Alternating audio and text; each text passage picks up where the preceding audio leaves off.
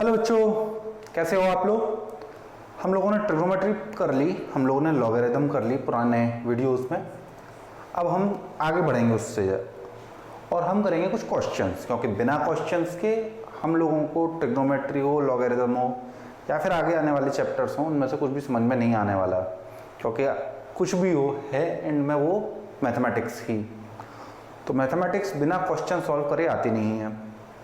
तो आज हम कुछ क्वेश्चंस करेंगे। अगर आपने अब तक ट्रिग्नोमेट्री या लॉगरिथम को नहीं पढ़ा है तो पहले क्वेश्चंस लगाने से पहले वहाँ जाकर पढ़ लीजिए।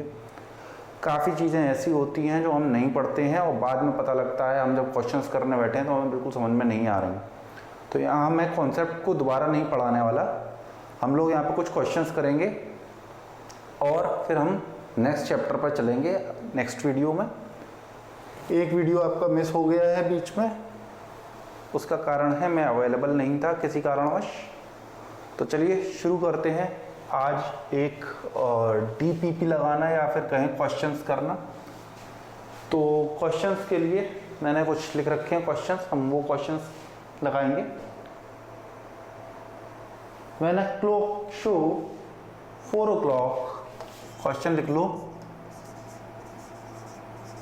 When a clock show 4 o'clock, what its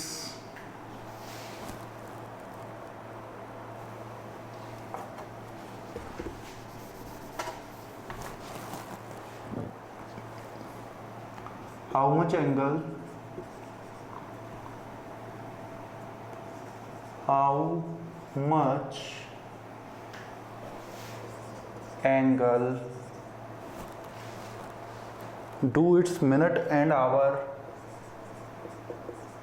do its minute and hour needle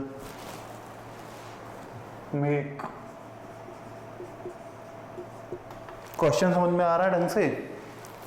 question ये कह रहा है जब 4 बजते हैं तब जो मिनट की सुई है और जो घंटे की सुई है वो कितना एंगल बनाती हैं। टाइम देखना तो सबको आता है ना, ऐसा तो नहीं है 11th में आ गए मैं टाइम देखना भी नहीं आता सर। भाई टाइम देखना अपने घर वालों से ठीक से सीख लो कि टाइम कैसे देखा जाता है एनालॉग क्लॉक में। ये डिजिटल के भरोसे मत रहो, जो तुम्हारा जो है मोबाइलों में चलता है इसके भरोसे मत रहो, ठीक है। 4 o'clock पर, ये 40 नहीं है बेटा 4 है, जरा 4 दूर बना देते हैं। 4 o'clock पर एक घड़ी है, ये रही, ये बज गया 4 है ना, यहाँ होता है 3, यहाँ बज गया 4 और ये है 12th नीडल पे। जब मिनट की सुई से तुम देखते हो तो हर जो नंबर लिखा है उस पर तुम 5 मल्टीप्लाई कर दो, 5 3 या 15। तो मिनट नीडल अगर इस पर है 3 पर है तो दैट मीन्स इट्स 15 मिनट्स, 4:15 हो जाएंगे जब ये 12 वाली 3 पे आ जाएगी। जब ये 12 पर है तो 3 का पूरे 60 मिनट कंप्लीट हो चुके हैं, 3 बजने के बाद पूरे 60 मिनट कंप्लीट हो चुके हैं, इसलिए ये 12 पर है। 12 से अब ये 0 पर है, 12 पर आ गई तो 0 पर, पूरा 60 होता है ये 0 हो जाता है। तो 0 से फिर 1 2 3 ऐसे आगे बढ़ता है। तो ये कौन सा एंगल है ये पूछ रहे हैं ये लोग। अब जरा ध्यान से देखो, ये 12 से 4 पर है, यानी 0 से चला 1 2 3 4, फिर ये 5 6 7 8 9 10 11 12 पर जाएगा। अगर सिर्फ 12 तक ही नंबर है और छोटी वाली सुई 4 पर है तो जरा देखो कि क्या ये 3 सेक्शन नहीं हो जाएंगे ऐसे। 1 2 3 4 के एक सेक्शन हो गया, 5 6 7 8 एक सेक्शन हो गया, 9 10 11 12 तीसरा सेक्शन हो गया। तो ये 3 हिस्से हो गए ना, 3 पार्ट्स हो गए। 360 डिग्री टोटल एक सर्कल है, क्योंकि ये 360 डिग्री होता है एक सर्कल का जो एंगल होता है वो। और केवल एक सेक्शन पूछ रहे हैं, कितने सेक्शन हैं टोटल? 3 सेक्शन। कितना हो गया? 120 डिग्री। पर हमने तुमसे बताया था शुरुआत में तुम्हारा जो दुनिया है वो एंगल पे नहीं चलेगी। तो जब ये क्वेश्चन पूछा जाएगा तो ये बहुत ही ज़्यादा प्रोबेबल है कि तुमसे जो ऑप्शन मिले, तुम्हें जो ऑप्शन मिले या तुमसे जो क्वेश्चन पूछा जाए वो रेडियन में पूछा जाए। तो अब इस 120 डिग्री को हमें रेडियन में कन्वर्ट करना है। रेडियन में कैसे कन्वर्ट करेंगे? हमें पता है 180 डिग्री कितना होता है, पाई रेडियन, यानी 1 डिग्री कितना हो गया, पाई बाई 180 रेडियन। हो गया कि नहीं हो गया? इस 120 में पाई बाई 180 का मल्टीप्लाई कर दो, ठीक है। 6 12 6 2 जा 12, 6 2 जा 12, तो ये हो गया 20, 6 3 जा 18, 30, 20 बाई 30 2 पाई बाई 3, यही वैल्यू तो हो गई। तो एंगल कितना बना रहा है वो? केवल 2 पाई बाई 3 एंगल बना रहा है। यहाँ जो थीटा था वो 360 बाई 3 था, जो 120 डिग्री हुआ, 120 डिग्री हुआ तो वो एंगल कितना हुआ रेडियन में? 2 पाई बाई 3। तो इस तरीके से हमें क्वेश्चंस करने हैं। किसी को अगर नहीं समझ में आया हो तो मैं बता दूं, इस घड़ी पर 4 सेक्शन अगर तुम बना लो 15-15 मिनट वाले, कि भाई 1 2 3 का एक सेक्शन हो गया, 1 2 3 का एक सेक्शन हो गया, तुम वैसे भी इसे सॉल्व कर सकते हो। वो तुम्हारे लिए थोड़ा कठिन पड़ेगा। 4 का है, एक सेक्शन ले लो। अगर तुम 3 का सेक्शन बनाओगे तो सबसे पहले 360 डिग्री का 4th पार्ट कितना हो गया, 1/4 कितना हो गया, 90 डिग्री हो गया कि नहीं? 90 डिग्री हो गया। अब इसमें तुम जोड़ो 3 पार्ट में, फिर 90 डिग्री का 3 पार्ट करो, 30 डिग्री, और 90 प्लस 30 जोड़ो 120, तो भी 120 आएगा। और फिर 120 को हम किस में चेंज करेंगे? रेडियन में। हमें जो भी डिग्रीज या जो भी एंगल निकालना होगा अब हम उन्हें हमेशा रेडियन में लेकर चलेंगे। इसे लिख लो फटाफट क्वेश्चन को, और फिर हम आगे चलते हैं, दूसरा क्वेश्चन लिखवाते हैं।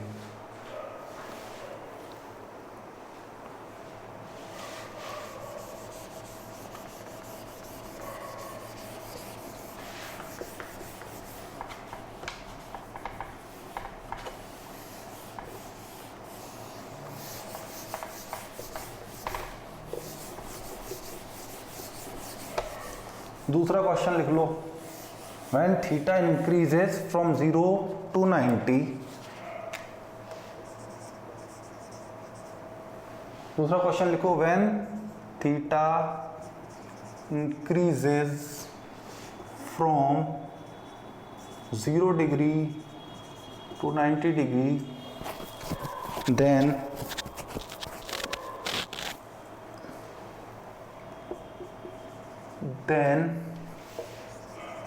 the value of cos theta A increases, B decreases, C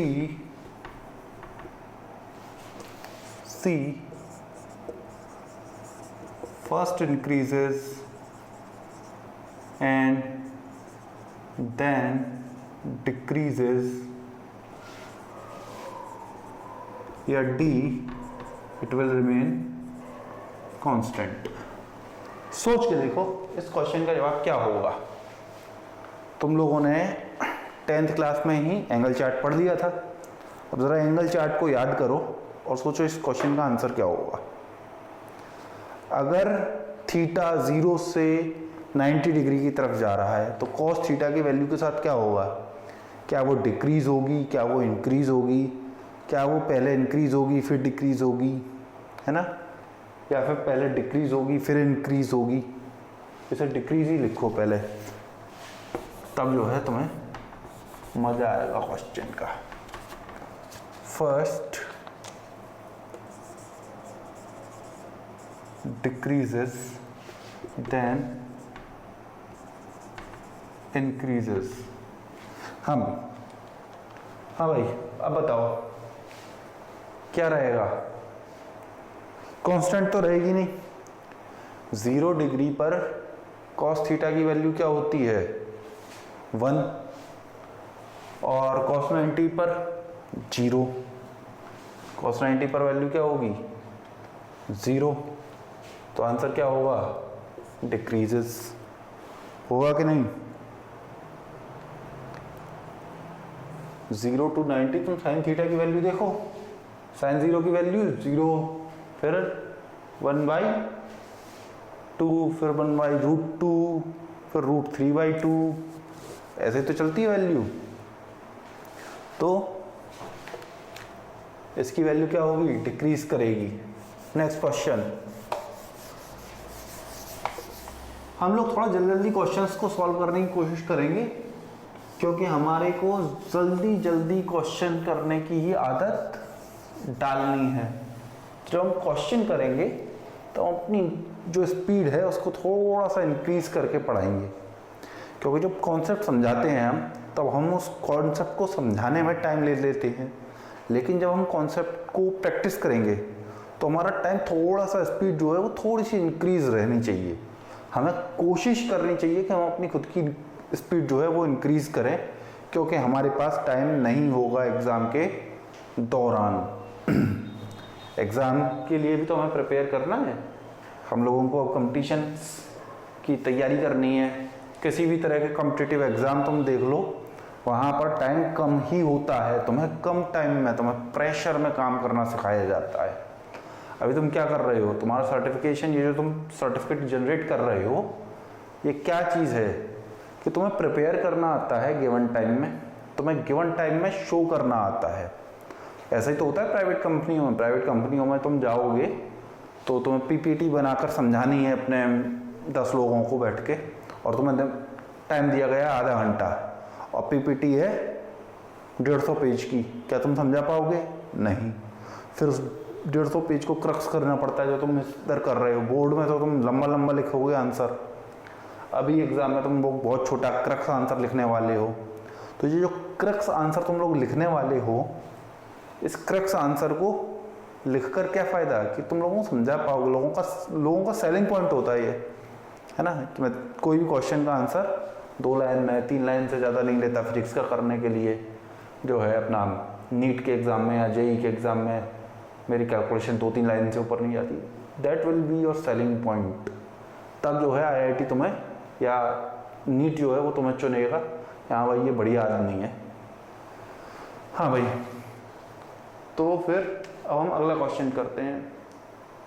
value निकालनी है हमें साइन 15 और कॉस 15 की। क्वेश्चन,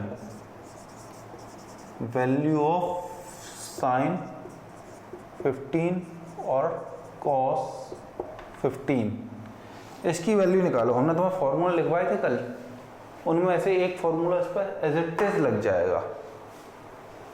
और एज इट इज का मतलब भी मैं तुम्हें बता दूं, एज इट इज का मतलब ये नहीं होता कि वैल्यू जो तुम्हें दी है वो फॉर्मूले में तुमने पुट कर दी और आंसर निकल आया। ये गए जमाने, और इसे जमाने को पीछे छोड़ दो कि तुम्हारे लिए अब कोई हलवा रखा है और तुम लोगों को बस उसे खाना है। नहीं, अब हलवा बनाना भी पड़ेगा। समझ गए? कोई हलवा नहीं मिलने वाला, है ना।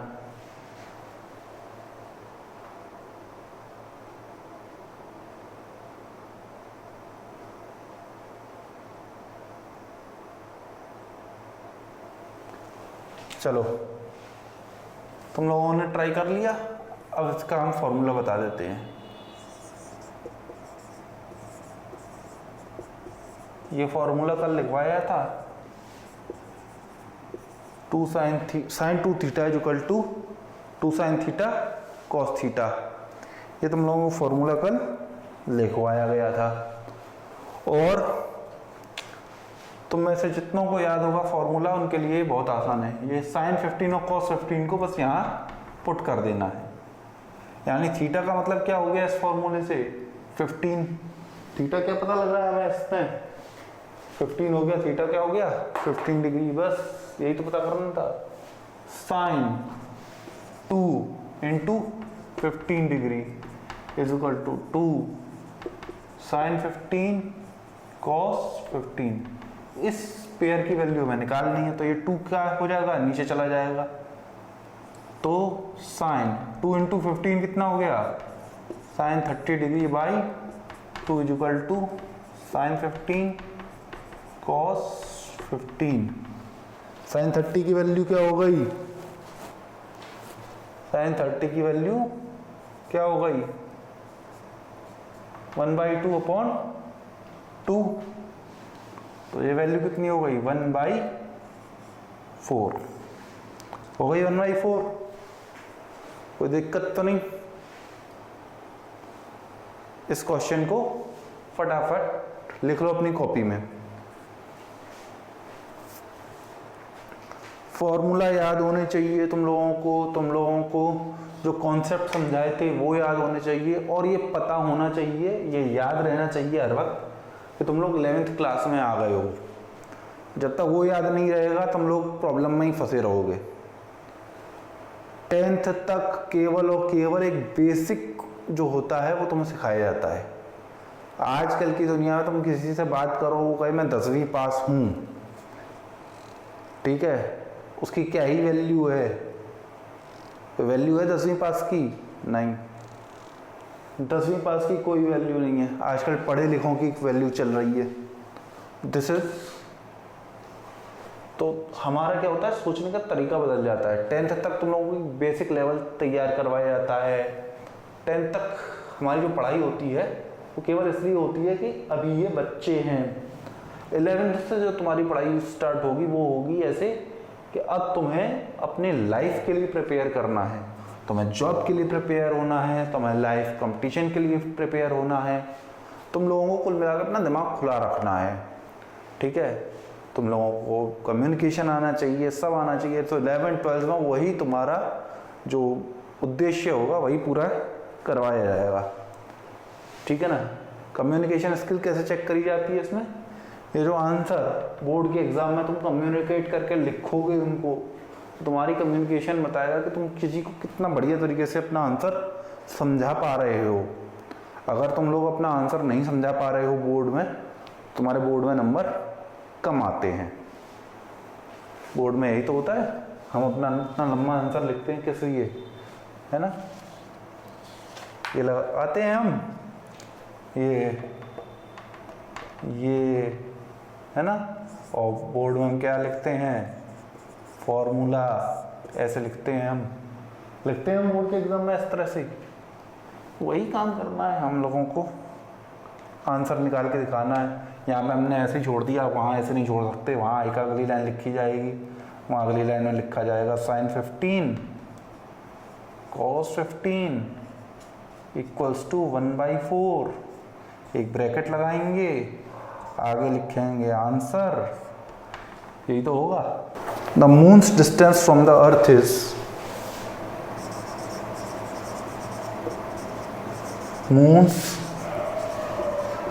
distance from the earth is 3,60,000 kilometers and diameter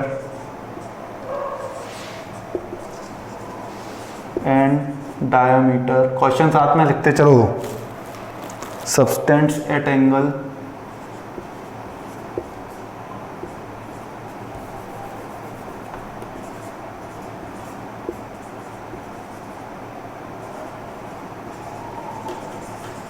subtends an angle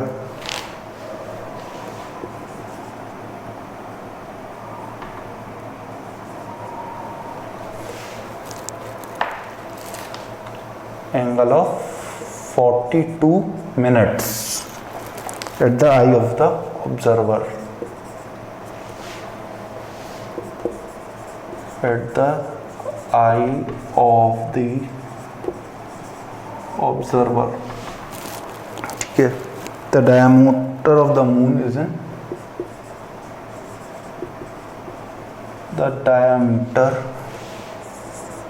of the moon in kilometre. हमें मून का डायमीटर पता करना है किलोमीटर्स में, ठीक है। तो मून का डायमीटर किलोमीटर्स में कैसे हम लिख सकते हैं, तो ज़रा सोच के देखो। मून का डिस्टेंस कितना है अर्थ से? 3,60,000 किलोमीटर। ये मून है, ये अर्थ है, अर्थ पे कोई एक बंदा बैठा है, डिस्टेंस दे दी गई और एक एंगल दे दिया गया।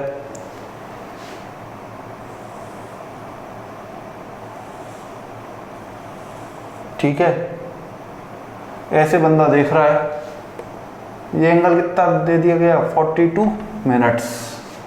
और जो मिनट्स में तुम्हें दिया जाता है कोई भी एंगल, तो तुम क्या करते हो उसे डिग्री में कन्वर्ट करने के लिए। कोई भी एंगल अगर तुम्हें मिनट्स में दिया जाता है, जैसे ये 42 मिनट्स दिया गया है, उसको डिग्री में कन्वर्ट करना है, 60 डिग्री से डिवाइड कर दो, 60 से डिवाइड कर दो, क्योंकि क्या है मिनट, 60 से डिवाइड कर दिया, कितना आया? 7 6 जा 42, तो 7 आ गया 10, 7/10 डिग्री हो गई। 7/10 डिग्री, पर हम डिग्री लेते नहीं है, हमें किस चीज़ से मतलब है? रेडियन से। π/180, ये क्या हो गया हमारा? रेडियन हो गया कि नहीं? रेडियन जी सर हो गया रेडियन। रेडियन हो गया, तो अब हमें एक चीज़ और समझो जरा, मैं तुम्हें आगे बढ़ूँ उससे बेहतर है। जो एंगल होता है, जो थीटा होता है, वो आर्क अपॉन रेडियस होता है, आर्क अपॉन रेडियस, ये एक फॉर्मूला है। तो ये आर्क है, ये क्या है? आर्क है, ये रेडियस हो गई, ठीक है। Theta is equal to arc upon radius.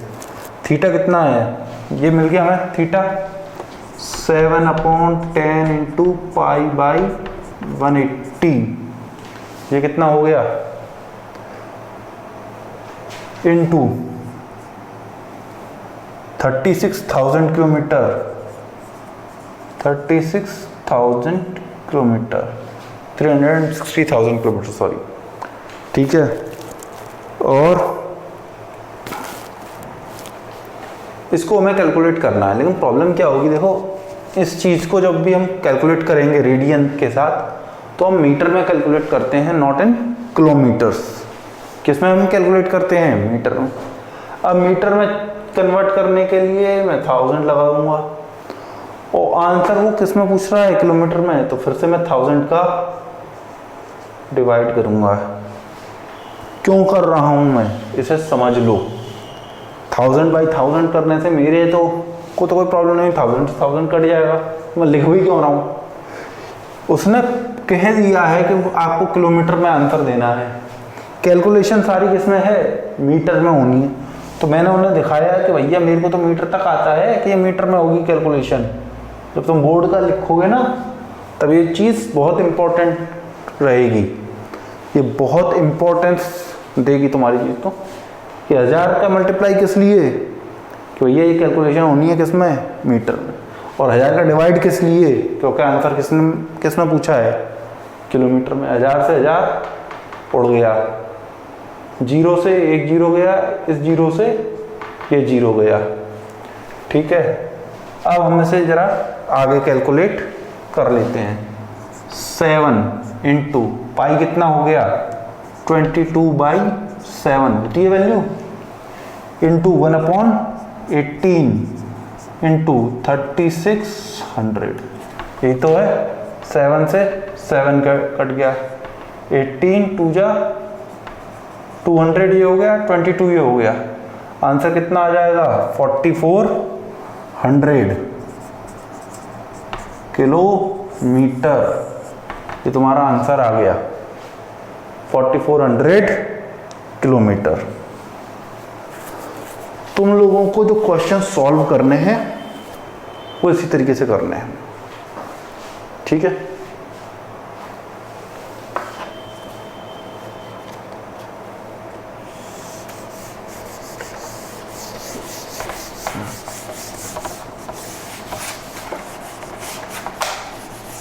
Board के एग्जाम में तुम लोगों को चीजें समझानी है अपने टीचर को, और वहाँ कैलकुलेशन मिस्टेक का कोई चांस नहीं है। एक बात बहुत बढ़िया तरीके से समझ लो, जो तुम 10th तक मिस्टेक कर रहे थे वो मिस्टेक्स अब नहीं होनी चाहिए। तुम लोग किस में आ गए हो, बड़ी क्लासेस में आ गए हो। 10th वाली मिस्टेक ही करते रहोगे तो फिर 11th वाली मिस्टेक के लिए टाइम कब निकालोगे, है ना। अगर हम क्लास 10th वाली मिस्टेक्स करते रहेंगे तो फिर कैसे हमें ये पता लगेगा कि किसी कॉन्सेप्ट में हम कोई बहुत बड़ा कॉन्सेप्ट था उसमें हम एक छोटी सी चीज़ मिस कर गए, ये गलती हुई तो उसे इम्प्रूव किया जाएगा। और यहाँ तो गलती होने का चांस नहीं है, क्योंकि तुमने यहाँ 11th में अगर कुछ चीज़ छोटी सी छोड़ दी सीखने को और तुमने इंजीनियरिंग करी, इंजीनियरिंग करके जॉब करने गए, कोई ऐसी चीज़ आ गई जो तुमने 11th में पढ़ी थी या 12th में पढ़ी थी, उसका एक रफ आइडिया तुम्हारे दिमाग में होना चाहिए कि बस ये प्रॉब्लम ऐसे सॉल्व हो जाएगी। अगर तुम्हारे पास रफ आइडिया है तो तुम्हारा प्रॉब्लम सॉल्व हो जाएगा। रियल लाइफ में एग्जाम्पल चल जाते हैं। मेरे को याद है एक बार मैं एक डॉक्यूमेंट्री देख रहा था, उसमें ओपेनहाइमर पता है ना कौन है, जिन्होंने न्यूक्लियर बॉम्ब बनाया था, एटम बम बनाया था। वो चाय पर ऐसे अपनी जो टेबल स्पून है उसे चला रहे थे, और चाय से चलाते चलाते उन्हें एक कॉन्सेप्ट याद आया, किसका, एस्ट्रोफिजिक्स का, क्योंकि वो उससे पहले एस्ट्रोफिजिसिस्ट थे। वहाँ का कॉन्सेप्ट उन्होंने न्यूक्लियर फिजिक्स में डाला और न्यूक्लियर बॉम्ब बना डाला, है कि नहीं। रियल लाइफ एग्जाम्पल आ जाते हैं। एस्ट्रोफिजिक्स का सोचो एक कॉन्सेप्ट है ना, एस्ट्रोफिजिसिस्ट थे, वो न्यूक्लियर बॉम्ब बनाने के लिए उन्हें भेज दिया गया। एस्ट्रोफिजिस्ट का कॉन्सेप्ट न्यूक्लियर फिजिक्स में डाल के उन्होंने न्यूक्लियर बॉम्ब बना डाला, है कि नहीं। तो आपको अगर स्लाइड मतलब जो आपने पढ़ा नहीं है, आपने पहले कभी पढ़ा है, उसका अभी के फील्ड में कोई काम नहीं है, ऐसा नहीं है कि काम नहीं है। अगर आपको याद आ जाता है और दो चीज़ों को आपको माइंड करके चीज़ कोई काम कर पा रहे हैं, है ना, तो वो शायद एक नई चीज़ को जन्म देता है जो शायद अब तक किसी ने की नहीं हो। तो लोग जब सोचते हैं ना कि फिजिक्स पूरी खोज ली गई है या कुछ अब रह नहीं गया है, रिसर्च में अब क्या ही करोगे, तो रिसर्च करने वाले रिसर्च करते हैं और आज भी चीज़ें खोज रहे हैं, और बातें करने वाले बैठे हुए हैं, उनसे कुछ हो नहीं रहा, ठीक है। अगला question, if tan theta is equal to 1√5 and theta lies in the first quadrant, in the first quadrant, then the value of cos theta, then the value of cos theta, फिर cos थीटा की value बतानी है। √5 √6 √5/√6 b is equal to 2√6 c is equal to 1/2 और d is equal to 1/√6। अब मैं expect करता हूँ कम से कम ये क्वेश्चन तुम लोग मेरे लिखने से पहले कर लोगे। ट्राई करके देखो, बहुत आसान क्वेश्चन है। मतलब अब इससे ज़्यादा बच्चा क्वेश्चन में क्या निकालूँ मैं 11th क्लास के लिए, तो 11th क्लास के बच्चे ये तो कर ही लेंगे। अगर आपने क्लास 10th तक अपने मैथमेटिक्स पर ध्यान दिया है ना, तो आप ये क्वेश्चन कर लेंगे। कुछ तो आपने सोचकर साइंस लिया होगा ना, देखते हैं थोड़ा बहुत सोचा था या ऐसे ही साइंस ले लिया। करो इस क्वेश्चन को।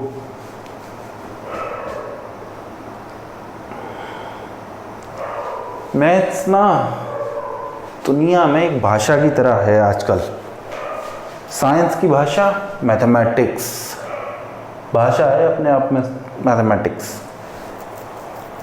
तो अगर तुम्हें वो भाषा नहीं आती है तब तक तुम साइंस बोल ही नहीं सकते। साइंस क्या बताती है आपको? साइंस फैक्ट्स बताती है। फैक्ट्स काहे में लिखे जाएंगे? मैथमेटिक्स में। डेटा मैथमेटिक्स में आएगा। कोई चीज़ कितने किलोमीटर दूर है, कोई चीज़ कितना फ्रिक्शन जनरेट करेगी, है ना। इंटेलिजेंस को हम IQ में नापते हैं। IQ क्या है? एक साइंस का ही तो हम बात कर रहे हैं। मेरा IQ 120 है, 180 है, बहुत बढ़िया, बहुत घटिया, ऐसे बताते हैं क्या? नहीं बताते ना, एक नंबर देते हैं। ठीक है। tan थीटा कितना है? 1/√5। तो अब जरा सोचो, tan थीटा को sin theta upon cos theta में लिखा जाता है, ठीक है। या फिर tan थीटा को कैसे लिख सकते हैं? ऐसे भी लिख सकते हैं। दो कॉन्सेप्ट मैंने तुम्हें बता दिए, इनसे सोच कर देखो।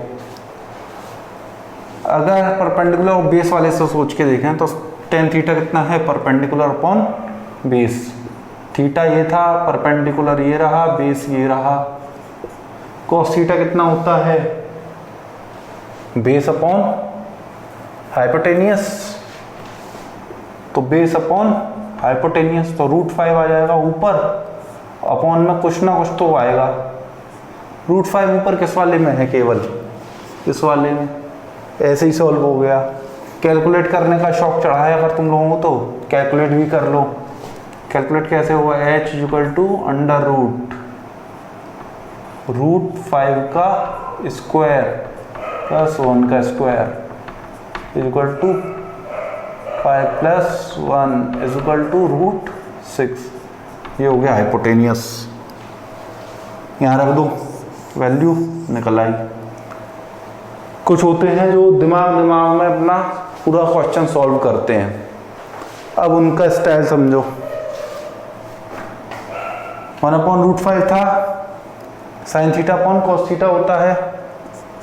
sin थीटा कुछ ना कुछ रहा होगा। क्या रहा होगा? परपेंडिकुलर अपॉन हाइपोटेन्यूज रहा होगा। ये क्या रहा होगा? cos थीटा कितना होता है? ये होता है, जब हम ये लिखेंगे तो P/H × B/P लिखेंगे, ऐसे कि नहीं? P से P कट गया, क्या आ गया? B/H। अब ज़रा सोच के देखो, 1/√5 था और tan थीटा में 1/√5 था, तो √5 cos थीटा में कहाँ आ जाएगा? ऊपर आ जाएगा ऐसे। cos थीटा का ये क्या हो गया? यहाँ पर परपेंडिकुलर आएगा कि नहीं? बस यही काम है। एक सेकंड, कुछ गलती कर दी मैंने। परपेंडिकुलर अपॉन हाइपोटेनियस P/H, ठीक है।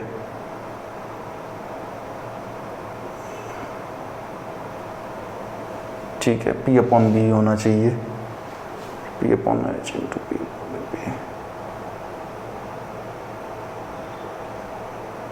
ओ ठीक, मैंने ये गलती करी है।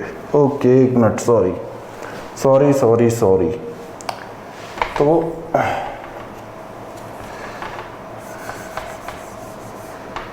ठीक है, ओके, ठीक। गड़बड़ कर दी थी मैंने एक, ठीक है। sin थीटा कितना होता है? P/H, और cos थीटा कितना होगा? B/H। तो P/H × H/B, H से H कट गया। तो यहाँ देखो, नीचे B था, ये जो B है, tan थीटा में क्या है? नीचे tan थीटा में जो भी नीचे है 1/√5 था, ठीक है। tan थीटा में जो भी नीचे है √5, वो cos थीटा में कहाँ होगा, ऊपर। और ये सारी कैलकुलेशन, ऐसी सारी कैलकुलेशन बच्चे अपने दिमाग में कर लेते हैं। और जितने कैलकुलेशन तुम अपने दिमाग में लेके चलोगे, जितनी कैलकुलेशन तुम्हारे दिमाग में हो जाएगी, उतना ही तुम्हारे लिए आसान बैठेगा। बेस √5, हाइपोटेनियस √6, b/h क्या होता है, cos थीटा। ठीक है, तुम जिस भी तरीके से सॉल्व करना चाहो, नॉर्मल ये रहा, एबनॉर्मल ये रहा, लेकिन एबनॉर्मल वाला तरीका मुझे सबसे पहले क्लिक करता था, है ना, फिजिक्स में, इसीलिए हम फिजिक्स के टीचर हैं। क्योंकि अगर एबनॉर्मल आइडियाज़ आपके दिमाग में आते हैं और उनसे आंसर आता है, तो आपकी जो एक सब्जेक्ट है वो आपका बहुत जल्दी तैयार हो जाता है। तो एबनॉर्मल आइडियाज़ जो हैं, अनकन्वेंशनल आइडियाज़, एबनॉर्मल क्या बोलें, अनकन्वेंशनल बोलें, जब वो आइडियाज़ आपके दिमाग में आने लग जाएंगे तो आपके क्वेश्चन तुरंत आपके दिमाग में ही सॉल्व होने लग जाएंगे और आपको पेन उठाने की भी कुछ खास ज़रूरत नहीं पड़ेगी। पर फिजिक्स ऐसा सब्जेक्ट है जिसमें आपको पेन उठाना ही पड़ता है, कैलकुलेशन ऐसी होती हैं। नेक्स्ट चैप्टर हम आपको पढ़ाएंगे, तब आपको पता लगेगा कि आपने जो क्लास 11th की फिजिक्स उठाई है या क्लास 11th में जो साइंस चुना है, वो किधर आपको लेके जाने वाला है साइंस की फील्ड में। क्योंकि क्लास 10 से क्या अंतर है, ये अब तक आपको कैलकुलेशंस में यहाँ तक की में समझ में नहीं आएगा, इसमें कुछ पता नहीं लगता अभी तक। नेक्स्ट चैप्टर से, ट्रिग्नोमेट्री के बाद जो नेक्स्ट चैप्टर आएगा, वहाँ से आपको पता लगेगा कि जो आपकी पढ़ाई है साइंस की, वो आगे कैसे जाने वाली है और आगे कैसे असर होगा उसका। ठीक है, match the following questions, match the following. हमारे लिए मैच द फॉलोइंग बहुत आसान होता था ना, जब हम छोटी क्लासेस में करते थे। अब थोड़ा सा डिफरेंट वाला, sin 37 degree cos 127 degree, c tan 307 degree, d cos 307 degree, e cos -53 degrees. ठीक है, P =-3/5, Q =3/5, R =-4/3, S =4/3 और T =4/5। इस क्वेश्चन को मेरा पर्सनली करने का तुम लोगों को मन है नहीं, क्योंकि ये बहुत आसान है और मैंने तुम लोगों को उसको बार बार समझाया है कॉन्सेप्ट को। तो इस क्वेश्चन को मैं उम्मीद करूंगा तुम लोग खुद करो बिना गलती किए, और उसके लिए तुम्हें बार बार क्वेश्चन करना पड़े करो, बार बार वीडियो देखना पड़े देखो। अगर तुम लोग ये क्वेश्चन सॉल्व नहीं कर पा रहे हो तो जो मैंने तुम्हें पिछला वाला वीडियो दिया था वो तुम लोगों ने ठीक से देखा ही नहीं है। ठीक है, और ये हमें नहीं करना है। कोई भी एक चैप्टर अगर हम ऐसे का ऐसे ही छोड़ देंगे, कोई भी एक वीडियो हम बिना देखे छोड़ देंगे, कोई भी एक क्लास में हम बिना जाए हम सोचेंगे काम चल जाए, तो 10th नहीं है बेटा। यहाँ पर एक क्लास छूटने का मतलब है तुम्हारे लिए प्रॉब्लम्स खड़ी हो जाना। और ये बात तुम लोगों को अभी समझ में नहीं आएगी, जब स्कूल में कोचिंग में कोई एक क्लास छूट जाएगी और वो समझ में नहीं आएगी, सब आगे बढ़ जाते हैं, फिर लोग वीडियो देखने पर आते हैं, हे भगवान अब चलो यूट्यूब पर, अब जो है हम वीडियो देखते हैं टीचर्स की, कौन सा टीचर अच्छा है कौन सा टीचर बेकार है, चलो पता करें, है ना।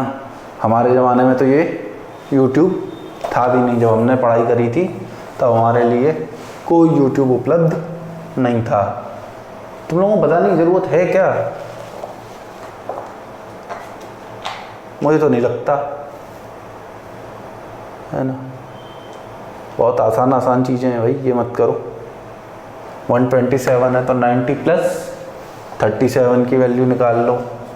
307 है 180 प्लस, है ना, सॉरी 270 प्लस 307 हो जाएगा। ऐसे ही 270 प्लस 307 हो जाएगा। cos माइनस 53 है, इसकी भी वैल्यू निकल आएगी। तुम लोगों को इतने डिटेल में मैंने इसे बताया हुआ है कि उम्मीद करता हूँ ये तुम लोग खुद कर लोगे, इसलिए मैं इसे नहीं करा रहा हूँ। अगर तुम लोगों में से किसी को भी डाउट हो कि ये कैसे हुआ तो कमेंट में लिख देना, मैं तुम लोगों के लिए इसके लिए एक छोटा सा स्पेशल वीडियो बनाकर डाल दूँगा, ठीक है। पर उम्मीद करता हूँ तुम लोग ये खुद कर लोगे। अगर तुम लोग इसे खुद नहीं कर पा रहे हो तो फिर थोड़ा सा कॉम्प्लिकेटेड तुम लोगों को लेकर चलने का क्या फ़ायदा है, तुम लोगों को साइंस लेने का क्या फ़ायदा है, अगर थोड़ी बहुत कॉम्प्लिकेटेड चीज़ में तुम लोग पहले ही दिन अटक गए, थोड़ी सी कॉम्प्लिकेटेड में, ठीक है।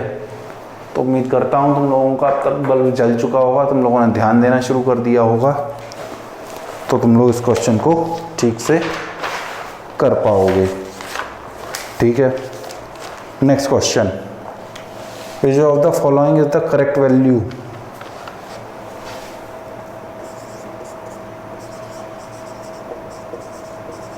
Which of the following is the correct value of what? Of this? Cot 10, cot 20, cot 60, cot 70 and cot 80, ठीक है। ऑप्शन क्या है? 1/√3, √3, 1 और D-1। क्वेश्चन को लिख लेते हैं सबसे पहले, ठीक है ना। हमारा ये फ्रेज है, इसको नीचे लिख लेते हैं। cot 10 dot, cot 20 dot, cot 60 dot, cot 70 dot, cot 80, यही तो था। अब ज़रा cot 10 पर ध्यान दो। सबसे पहले किस पे ध्यान दो? cot 10 पे। cot 10 क्या होगा? cot 10 यानी सारी वैल्यूज कैसी रहेंगी? पॉजिटिव, फर्स्ट क्वाड्रेंट में है 10 डिग्रीज, 90 माइनस थीटा, ठीक है। cot कैसे लिखेंगे? cot 90 माइनस 80, यही तो है cot 10। cot 90 माइनस 80 चेंज हो जाएगा क्योंकि 90 है, किस में चेंज होगा? 10 में चेंज होगा। सारे पॉजिटिव हैं तो 10 कितना हो गया? 80।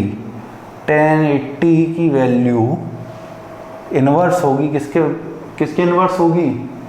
cot 80 के। 10 80 की वैल्यू इन्वर्स होगी किसके? cot 80 के। तो 10 80 से cot 80 कट जाएगा। ऐसे जब तुम cot 20 की वैल्यू निकालोगे उससे cot 70 कट जाएगा। वैल्यू किसकी चाहिए फिर हमें? cot 60 की। cot 60 की वैल्यू क्या होती है? कोई भूला तो नहीं है? cot 60 की वैल्यू क्या होती है? cot 60 की वैल्यू क्या होती है? 1/√3। ये तुम लोगों का आंसर है। इजी पीजी ये बोला जाता है ना तुम लोगों में। एक तो जैन जी के साथ आजकल कदम ताल करना इतना मुश्किल हो गया, पता नहीं कहाँ से वर्ड तुम लोग ढूंढते रहते हो।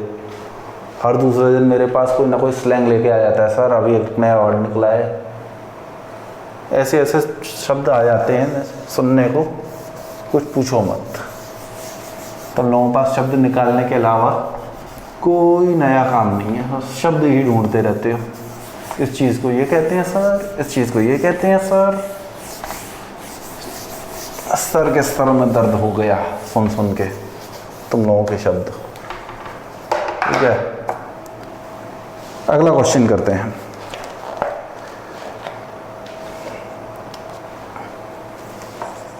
Question, if a sin 45 degree equal to b cosec 30 degree, what is the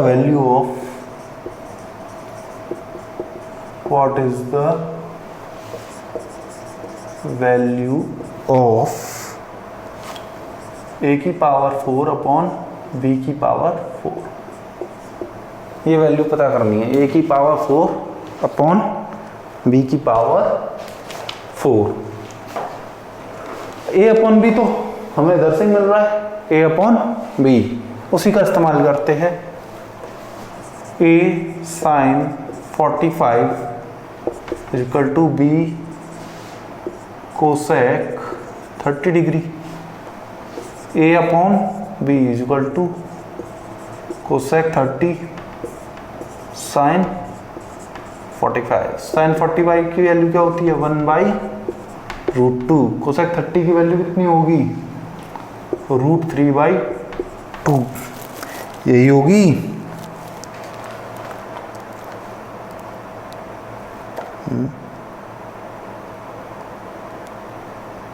sorry, √3/2 का होगी यार। ये कितनी होगी? ये होगी 2 होगी ना।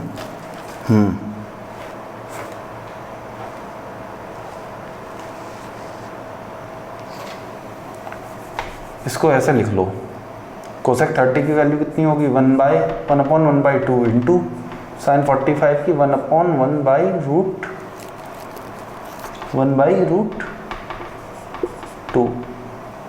इसे क्या लिखेंगे? 2 इंटू √2। वैल्यू कितनी हो गई? 2√2। ये 2√2 किसकी वैल्यू है? लेकिन ये वैल्यू है a अपॉन b की। वैल्यू क्या की चाहिए हमें? a की पावर 4 अपॉन b की पावर 4 की।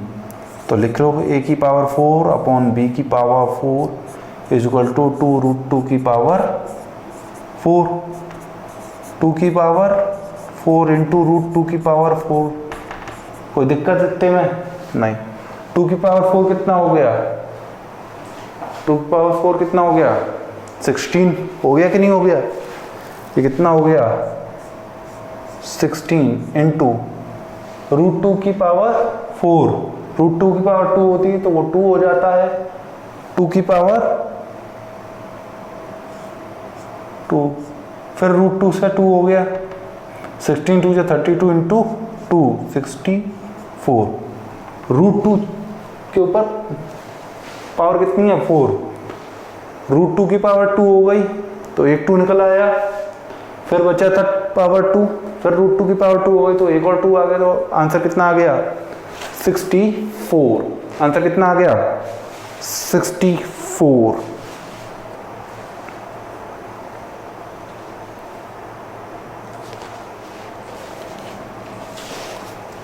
लिख लिया? वीडियो रोका करो और फटाफट लिख लिया करो, रुकने की जरूरत नहीं है, वरना हमारी क्लास लेंदी होती चली जाएगी और YouTube पर लेंदी क्लासेस देख के तुम सब भाग जाते हो। क्यों भाई, भाग जाते हो कि नहीं? अरे सर इतनी लंबी क्लास है ना। आजकल इसीलिए एक वीडियो पर एक नया ज़माना निकला है, 1 शॉट वीडियो। मैं देख रहा था, है ना। मैं फिजिक्स पे अपने वीडियोस डालने चालू किए तो जो मुझे सजेशन में वीडियोस आ रहे हैं वो आ रहे हैं 1 शॉट वीडियो। 3-3.25 घंटे का एक वीडियो डाल दिया भाई। 20 क्लासेस से नीचे कोई चैप्टर ख़त्म होने का नाम नहीं ले रहा। और 20 घंटे की क्लासेस को तुम 3 घंटे में कैसे कन्वर्ट कर सकते हो, मुझे समझ में नहीं आया। अगर तुम लोगों को रिवीजन भी करना है, मैं रिवाइज करा दूँ, नोट्स पढ़ूँ मैं भी, तो मुझे कम से कम 2 घंटे तो लग ही जाएंगे, 1.5 घंटा 2 घंटा तो लग जाएगा नोट्स पढ़कर अपना जो मैंने पढ़ा हुआ है उसे रिवाइज करने में। ठीक है, जो मुझे आता है मुझे रिवाइज करने में 1.5 से 2 घंटा लग जाएगा, तो मैं रिवाइज करने में 3 घंटा लग जाएगा। One shot video, one shot कुछ होता ही नहीं है। जब तक तुम लोग वन शॉट पर पढ़े रहोगे ना कि एक शॉट में सब हो जाए, एक शॉट में तुम पढ़ पाते हो 3 घंटे की, तुमने कहा आज तक कभी सेटिंग करी है? सोच के देखो, वन शॉट का मतलब क्या हुआ? एक शॉट में ये पूरा कर दिया हमने। तुम लोगों ने आज तक बैठ के 3 साढ़े 3 घंटे की सेटिंग करी है कभी कि एक बार खाना खा लिया 3.5 घंटे बैठ के अगली बार खाना खाने से पहले उठूंगा नहीं मैं? कराए कभी? पढ़ने का एक तरीका होता है। अगर तुम लोग बिना तरीके के ऐसे ही सीधे बैठे गए ना पढ़ने के लिए, तो पहले धक्के में बाहर कर दिए जाओगे कंपटीशन के। एक फ्रेमवर्क बनाओ अपना पढ़ने का, कौन सा चैप्टर कितने घंटे पढ़ना है, कितने घंटे रिवाइज करना है, कितने घंटे याद करना है। और एक बात, किसी भी कॉम्पिटिटिव एग्ज़ाम में बैठने से पहले उस कॉम्पिटिटिव एग्ज़ाम के ठीक 1.5 महीने पहले से अपना मॉक लगाना चालू करो। और जब तक कंपटीशन तुम देओ फाइनल डेट पर, तब तक तुम्हारे कम से कम 50 मॉक पूरे हो जाने चाहिए। बिना मॉक के सिलेक्शन होगा ही नहीं। It's almost impossible, almost impossible, क्योंकि तुम लोगों को पैटर्न पता लगते हैं, तुम लोगों को अपनी कमज़ोरियाँ पता लगती हैं, मैं कमज़ोर कहाँ हूँ। फील करने में कमज़ोरी और ये एग्जैक्ट कमज़ोर होने में बहुत अंतर है।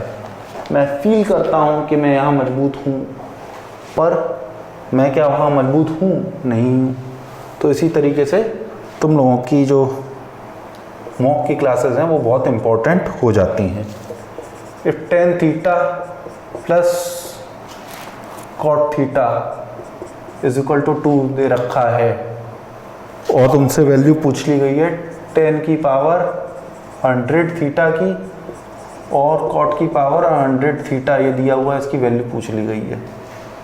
ये क्वेश्चन है तुम्हारा। अब सोचो ये क्वेश्चन तुम कैसे करोगे, कैसे करने वाले हो?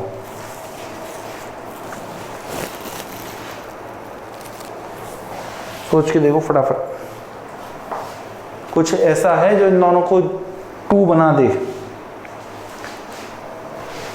क्या कुछ ऐसा है जो tan थीटा और cot थीटा को 2 बना दे?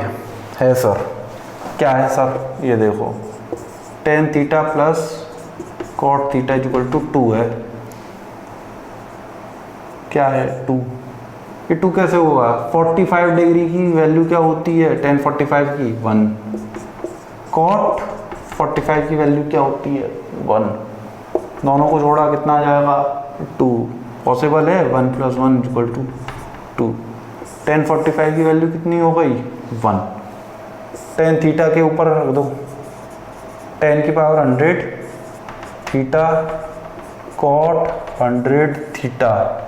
tan थीटा कितना है? 1 + 1 की पावर 100 की पावर 100। अच्छा, 1 की पावर 100 क्या होगी? 1 की पावर 100 कितनी होगी? 1। ये भी 1, ये भी 1। आंसर कितना हुआ? 2। ठीक है, आंसर कितना हो गया? 2। तो कोई कठिन काम था? नहीं। ऐसे ही तुम्हारे आसान आसान क्वेश्चंस जो हैं वो तुम्हारा कॉन्फिडेंस बूस्ट करने के लिए हैं बस। ये जब तुम लोगों का असली क्वेश्चन से मुकाबला होगा तो वो अकेले मैथमेटिक्स नहीं होगी वहाँ होगा कॉन्सेप्ट। वहाँ एक कॉन्सेप्ट होगा, उस कॉन्सेप्ट को समझकर उसमें कौन सी मैथमेटिकल इक्वेशन यूज़ होगी वो लगाना है, उसको कैलकुलेट करना है, सॉल्व करना है।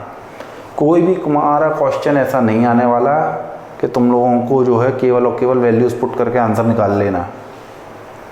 इतना आसान होता तो फिर हर कोई कंपटीशन में सेलेक्ट होता। समझ रहे हो? आसान कुछ भी नहीं है इस दुनिया में। ठीक है, next question. Alpha plus beta is equal to 90 degree दे रखा है और alpha ratio beta is equal to 2:1 दे रखा है। और तुम्हें क्वेश्चन क्या पूछा गया है? कॉस अल्फा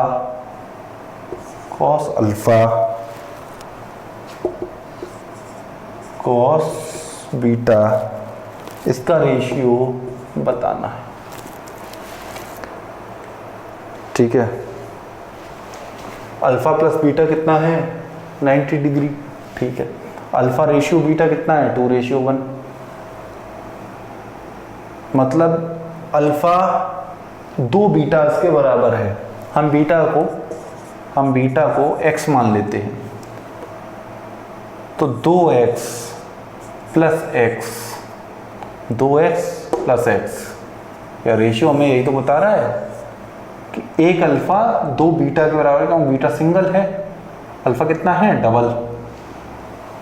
तो एक अल्फा 2 बीटा के बराबर है, हमने लिख लिया। अब 2x प्लस x लिख दिया है ऊपर वाले में, ये किसके बराबर हो गया? 90 डिग्री के बराबर। 3x equal to 90, x equal to 90/3, 30 degree. 30 degree क्या हो गया?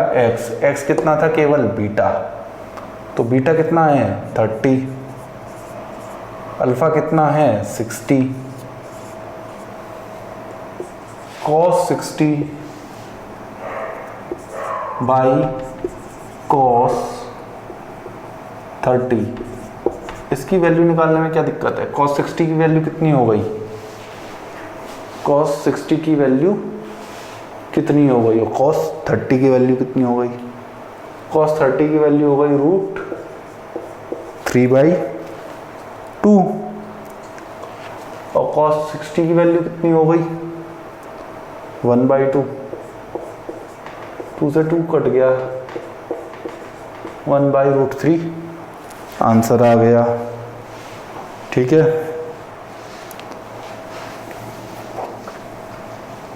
भाई ये चीज तुम्हें लिखवाने की जरूरत नहीं होनी चाहिए। यहां तक निकाल दिया, अपन लोग खुद वैल्यू पुट करो, आंसर निकालो।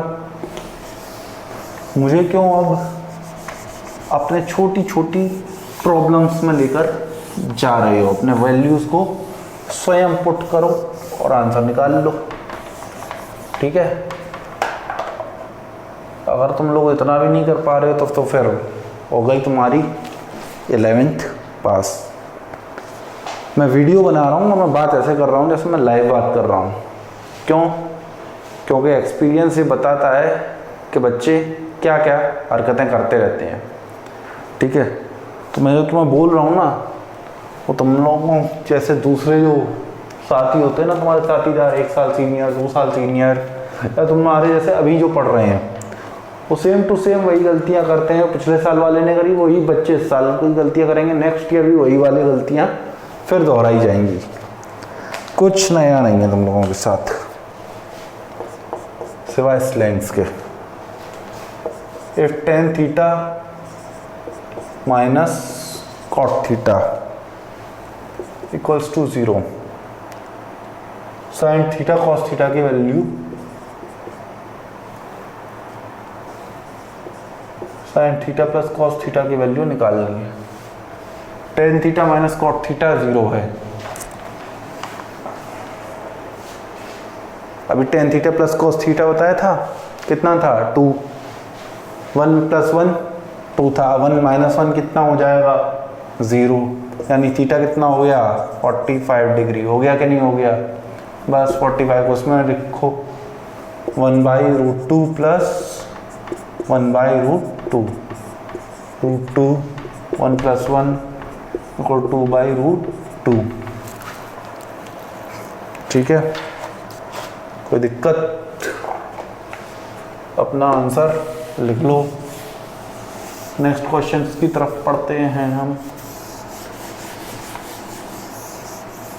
नेक्स्ट क्वेश्चन की तरफ बढ़ते हैं, हम पढ़ते हैं तो हम हैं ही, ठीक है। What will be the value of 2 cos square theta minus 1? अगर cos 4 theta minus sin 4 theta दिया हुआ है 2/3 और हमें वैल्यू निकालनी है, अगर 2 cos स्क्वायर थीटा माइनस 1 इसकी वैल्यू निकालनी है हमें, कैसे निकालोगे?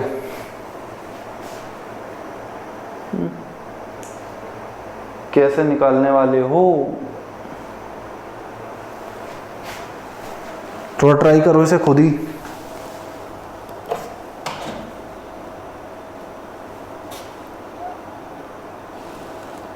अगर तुम लोग ट्राई नहीं करोगे, थोड़े 10 सेकंड दे रहा हूं मैं, फटाफट ट्राई करो।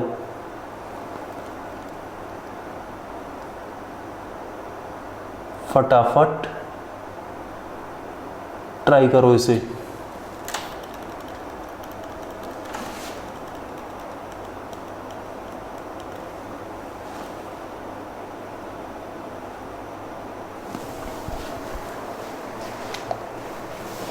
cos 4 थीटा दिया हुआ है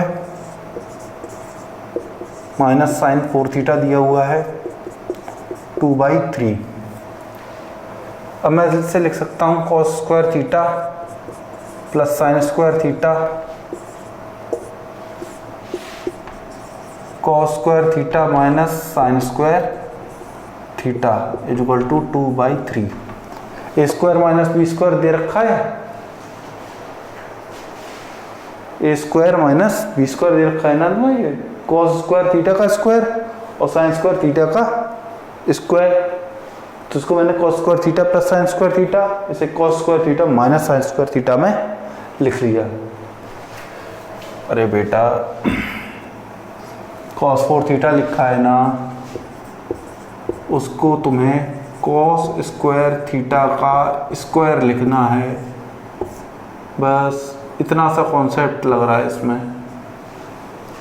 तो उम्मीद करता हूँ तुम लोगों के दिमाग की बत्ती जल गई होगी। cos square theta plus sin square theta 1 into, तुम लोगों को फॉर्मूला सिखाया था cos square theta minus sin square theta किसके बराबर होता है?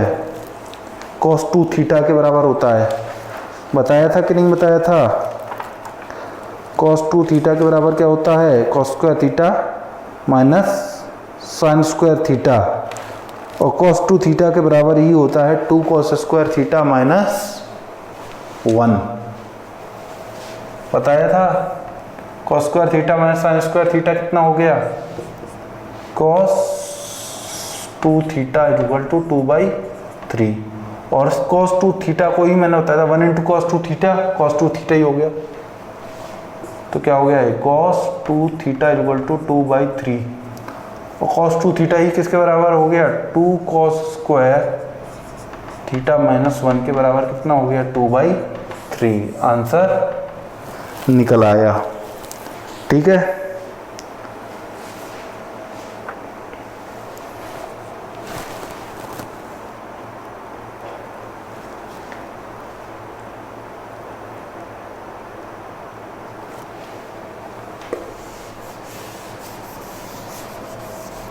ऐसा तो नहीं किसी को फॉर्मूले ठीक से याद ना हो?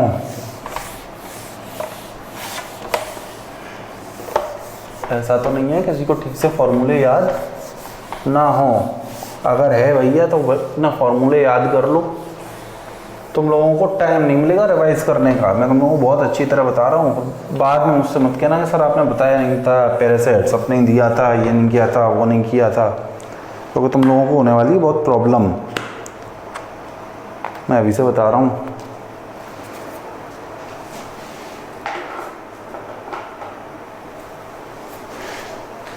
ठीक है, नेक्स्ट क्वेश्चन लिखते हैं। What will be the value of sec की पावर 4 थीटा माइनस tan की power 4 theta? sec 4 theta minus tan 4 theta, इसकी वैल्यू निकालनी है। कब निकालनी है? जब हमारे पास sec square theta plus tan square theta की वैल्यू 7/12 दे रखी हो, ये कौन सा बेहुदा सवाल हुआ। अब यार तुम्हें बताया था क्या करना है, sec square theta plus tan square theta लिख देना है, फिर sec square theta minus tan square theta लिख देना है। Sec square theta plus tan square theta की वैल्यू तुम्हें 7/12 दे रखी है। Sec square theta minus tan square theta कितना होता है 1। Sec square theta minus tan square theta कितना होता है 1। फॉर्मूला लिखवाया था, फॉर्मूला तुम्हें याद होगा, वैल्यूज पुट करो, आंसर निकालो, इजी। इतना इजी क्वेश्चन है ये, मुंह जबानी हमने निकाल दिया। इसका आंसर कितना होगा 7/12। एनीथिंग एल्स, है ना। ये आखिरी क्वेश्चन था हमारी ट्रिग्नोमेट्री के, जो हम लोग क्वेश्चंस कर रहे थे उनका। 1-2 लॉग्स के क्वेश्चन करेंगे, शायद 4 कर लें या 5 कर लें बस क्वेश्चंस लॉग के। उसके बाद हम इस चैप्टर को, आज के क्वेश्चंस को अलविदा बोल देंगे, ठीक है।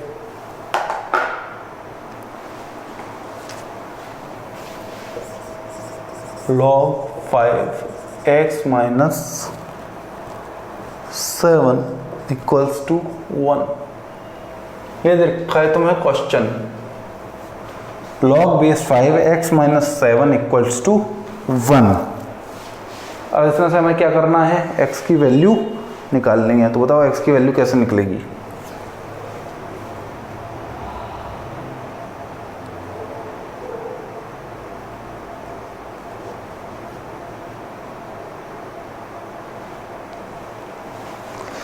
अरे भाई, बेस के ऊपर हम क्या पावर लगाएं कि x माइनस 7 आ जाए, यही तो होता था लॉग का मतलब।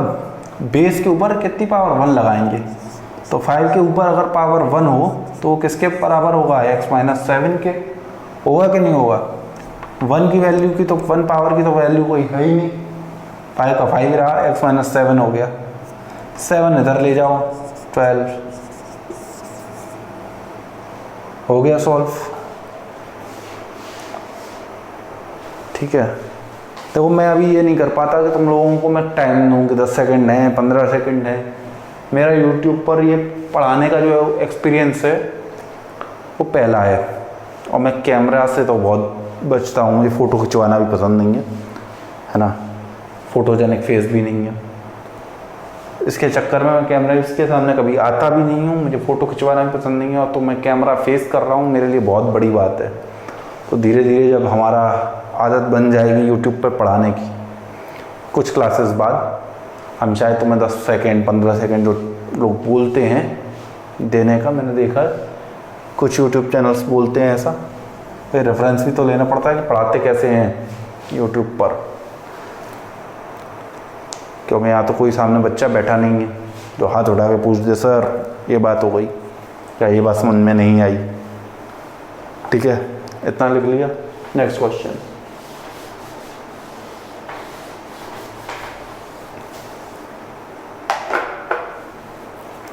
नेक्स्ट क्वेश्चन में हम लिखेंगे log 16 बेस 2, इसकी वैल्यू बताओ जरा फटाफट। चलो इसकी वैल्यू बताओ। log 4 32, इसकी वैल्यू बताओ।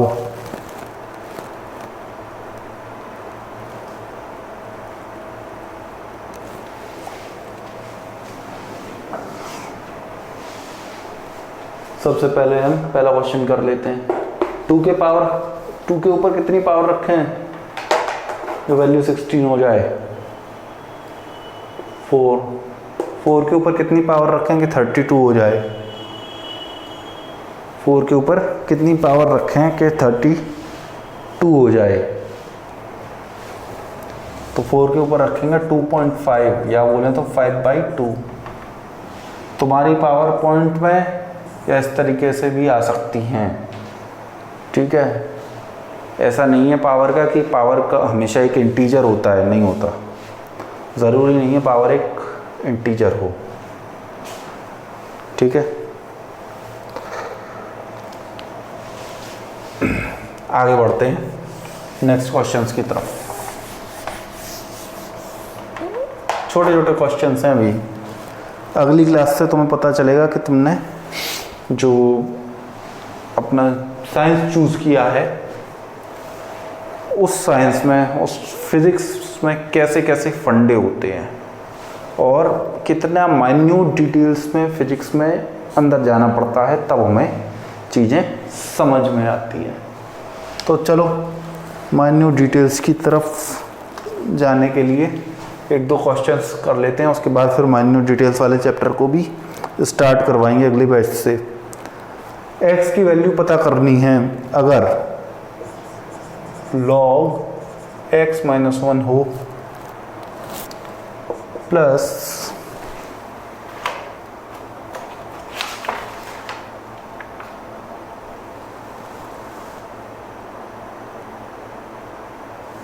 जाने दो ये क्वेश्चन जाने दो, तुम लोगों के कोर्स से अलग, जो अभी तक हमने पढ़ाया उससे थोड़ा अलग है। तो उसके बाद जब पढ़ाएंगे इस चीज़ को तब जो है वहाँ लेकर चलेंगे तुम्हें। ठीक है, log base 3 162 minus log 2 base 3, इसे सॉल्व करो, इसकी वैल्यू बताओ। ठीक है, वैल्यू बताओ भाई, इसकी क्या होगी, इसकी वैल्यू। क्वेश्चन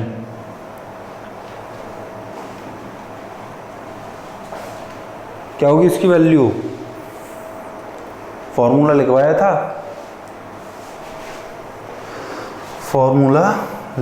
था, log 3 162/2।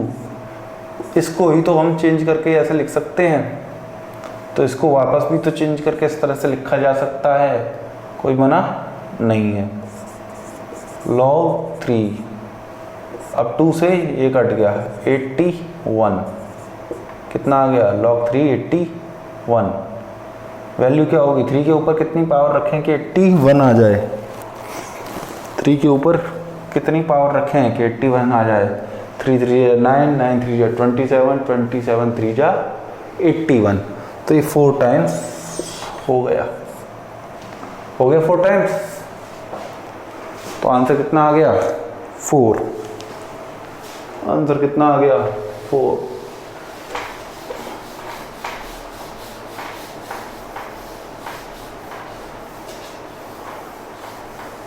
डिटेल्स पर ध्यान दो, छोटी छोटी डिटेल्स पर। The devil is in the details.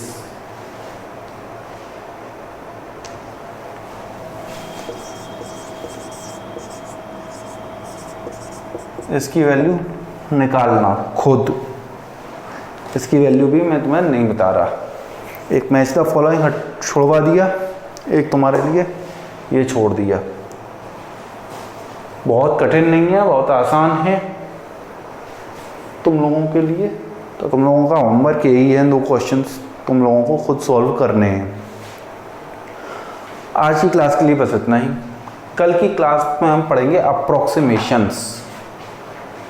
ठीक है, कल की क्लास में हम क्या पढ़ेंगे, अप्रोक्सीमेशंस। तुम लोगों ने अप्रोक्सीमेशंस में पढ़ा होगा 0.53 को 0.5 लिख देते हैं, 0.59 को 0.6 लिख देते हैं। अब अप्रोक्सीमेशन थोड़ा हार्ड लेवल का होगा। अब तक जो हम लोगों ने छोटी छोटी क्लासेस में पढ़ लिया है, छोटे छोटे बच्चों के तरीके से पढ़ ली हैं चीज़ें, उससे हम काफ़ी कठिन में जा रहे हैं। अप्रोक्सीमेशन फिजिक्स के हर चैप्टर में लगेगा, फिजिक्स के हर चैप्टर में तुम लोगों को लगभग अप्रोक्सीमेशन मिलने वाला है। तो अप्रोक्सीमेशन बहुत इम्पोर्टेंट चैप्टर है, मिस मत करना। अप्रोक्सीमेशन इतना इम्पोर्टेंट चैप्टर है कि तुम लोगों को अच्छी तरह से समझ में आ जाएगा कि फिजिक्स का बेसिस कहाँ से आ रहा है। तो फिर आज के लिए बस इतना ही, अगले वीडियो में फिर मिलते हैं। तब तक के लिए बाय बच्चों, और अपनी पढ़ाई पर ध्यान दो।